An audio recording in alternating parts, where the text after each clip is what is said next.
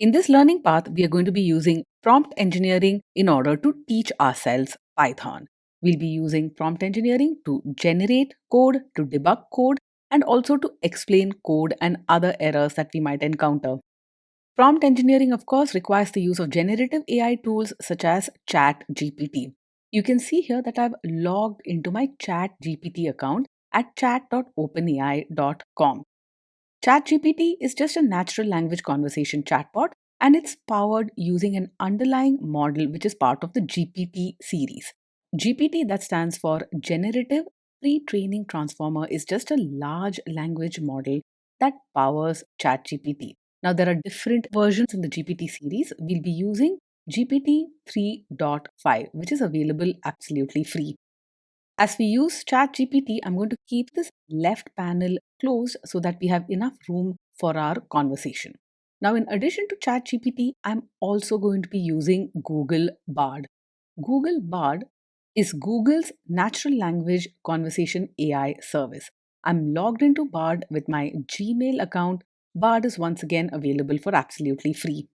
You'll find that Google's Bard chatbot has many of the same capabilities as ChatGPT, but the underlying large language model that powers Google Bard is different from the GPT series that powers ChatGPT. Google Bard uses a model known as PaLM 2, where PaLM stands for Pathways Language Model. It's a large language model with a different architecture trained on a slightly different dataset, which is why you'll find that Bard's responses will often be different from ChatGPT's responses in many cases. Bard is available at bard.google.com, and you'll need to sign in with your Gmail account to access Bard. Now, the third conversational AI service that I'm going to use is Bing Chat. Now, Microsoft's Bing has an integration with ChatGPT's OpenAI, and Bing is in fact powered using the GPT-4 model. The GPT-4 model is a major improvement over GPT 3.5, and it's less prone to hallucination. It's more likely to give you correct results and less likely to lead you wrong. Bing Chat is available at bing.com, and you'll need to click on the chat tab, and that will bring up this user interface that you see here on screen. Bing Chat allows you to configure the kind of conversation you want to have with its conversational bot. You can have the conversation be more creative or more precise. The default option here is more balanced, and we'll stick with that option for all of the queries that we'll ask Bing Chat. Now, here you're going to be learning Python, but let's confirm using ChatGPT and other Gen AI tools that Python is the right language for you. If you've used other programming languages and you want to learn Python, well, it should be very easy for you to get started. But Python is ideal for beginners. Let's confirm this using ChatGPT. I've never coded before and I'm eager to learn what programming language should I start with. Now, here, ChatGPT does not give me one definitive answer, but you can see that Python is there at the top of the list. As a general purpose language, it's the best programming language for beginners. It has a simple, readable syntax, very true, makes it easier to learn and understand.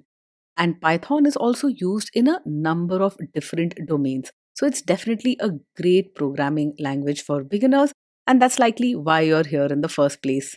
I'm kind of curious about what Bard has to say to this, so I'm going to ask Bard the same question. I've never coded before, I'm eager to learn what programming language should I start with, and Bard is quite clear in its choice.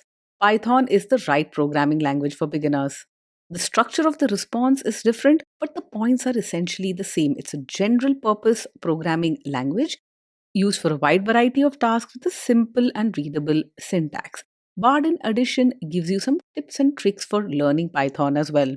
Let's see if the verdict is unanimous. I'm going to switch over to Microsoft Bing and ask it the exact same question. And Bing gives me many more responses. It talks about HTML, which is not really a programming language, talks about CSS, JavaScript, but you can see that Python is in there as well. Now that it's pretty clear that Python is a great programming language for beginners, let's now discuss what we need to get started programming in Python. Now, if you're going to be writing code, you need a code editor. The code editor should make it easy for you to write code in that language, give you autocomplete, and a bunch of other features to run your code. As a beginner, what code editor should I use to write Python? Well, it's pretty clear that there are many options here. Idle, PyCharm. Notice this Jupyter Notebook option. This is the one we are going to be using. Jupyter Notebooks is great for beginners because it's very easy to set up and use. It gives you a web-based interactive development environment. The interactivity makes it very easy for you to write a few lines of Python code and see the result of running and executing that code. You get quick feedback, allowing you to learn from your mistakes as you're coding.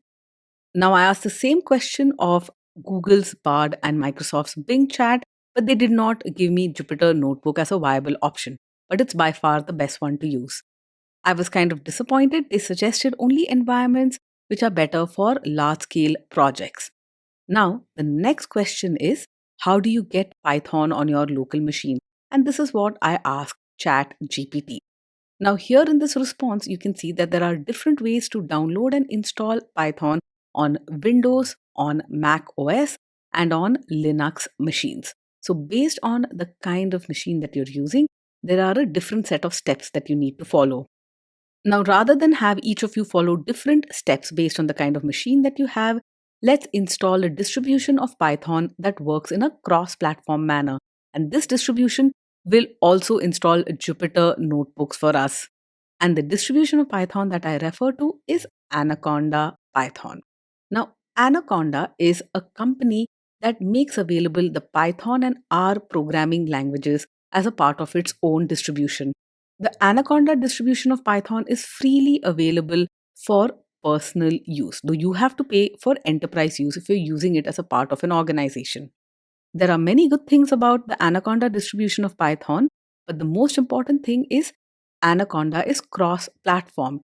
You download and install Anaconda no matter what operating system you are on in almost exactly the same way using the Anaconda installer. And not only will you have Python installed on your machine, you'll also have Jupyter notebooks. This is the interactive web environment that we'll be using to develop in Python. Now that we know that we're going to be using the Anaconda distribution for Python, let's switch over to Bard and ask Bard how to get set up with Anaconda on your local machine.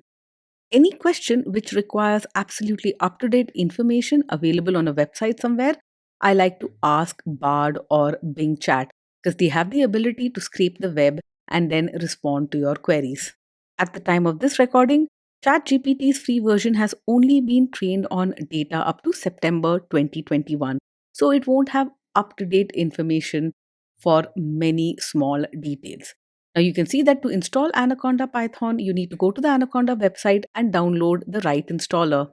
It's pretty clear that the installation steps are fairly straightforward, which means we can go ahead and get started.